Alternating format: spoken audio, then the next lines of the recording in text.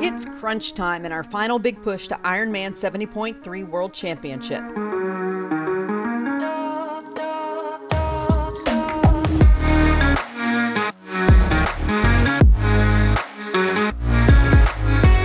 Sundays are always a painful pleasure, suffering alongside our fellow teammates. On this day, we did 3 rounds of 2-mile repeats at half marathon pace. Then, after a bit of recovery, a mile at 10K effort.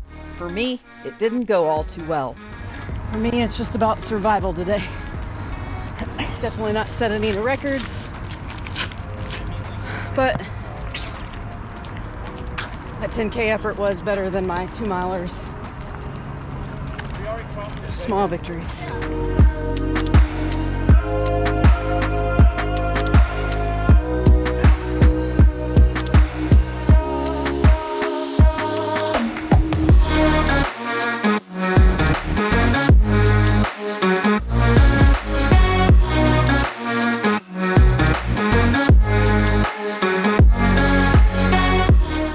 The work didn't end after the run, and our trip to Deep Eddy wasn't for relaxation.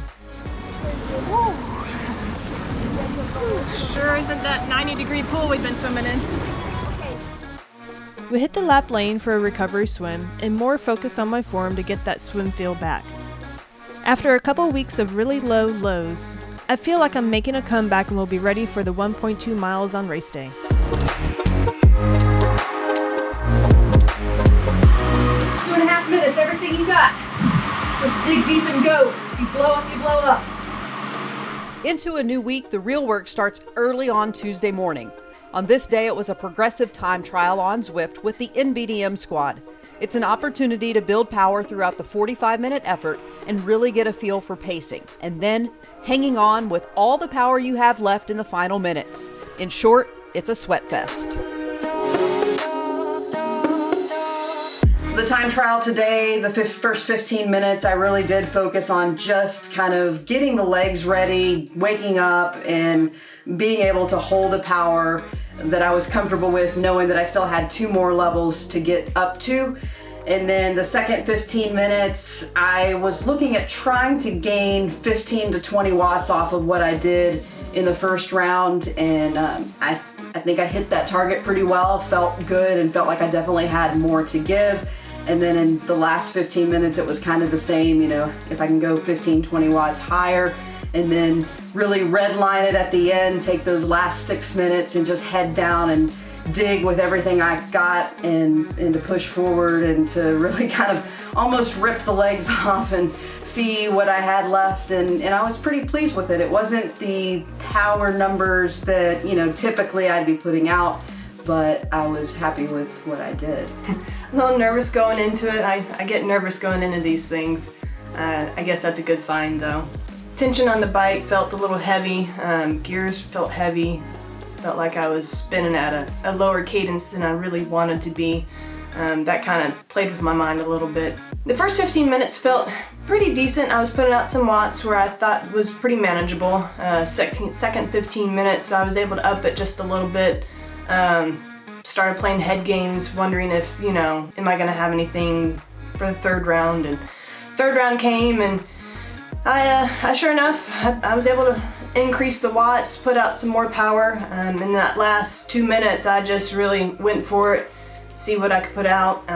Last minute for sure, I was above 200 watts the entire 60 seconds. So that's kind of always my goal to, at least just ram it in that last 60 seconds, see what I got.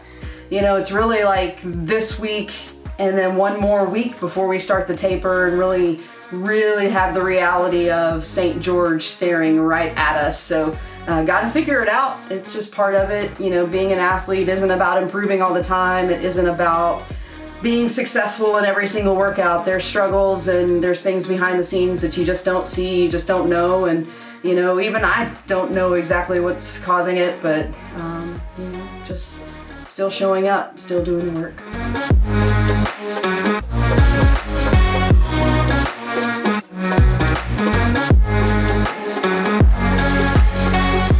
Wednesday was a bit different from a normal week.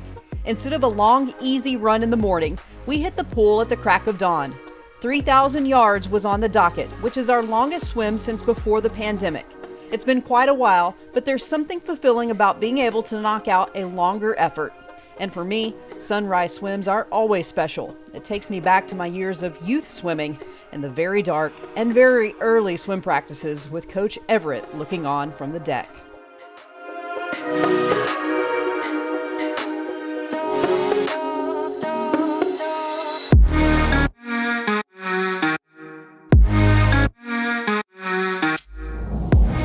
The treadmill session that we use to get Caitlin's cadence back, say that fast 3 times, right? Will be 4 rounds through, 2 times, 30 seconds on, 30 seconds off at 0 incline. Then we bump up the incline by 2% and we do 2 more, 30 on, 30 off.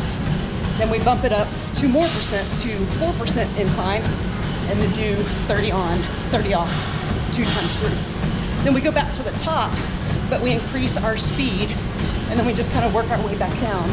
And each time through the set, we increase our speed, which also gets the cadence up, and then working that incline also makes us have to get those feet turning over.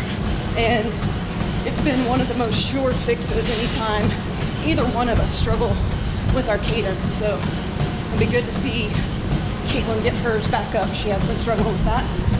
Mine hasn't been the greatest either, so I can't complain. It's not a bad workout.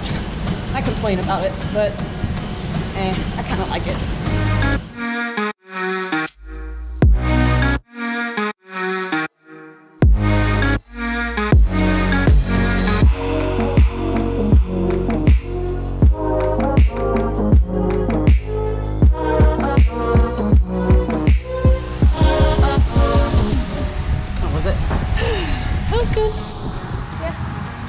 Nothing like 2.5 hours of workouts before work. All for the love of the sport, all right? Stronger every day. 3 weeks to race day.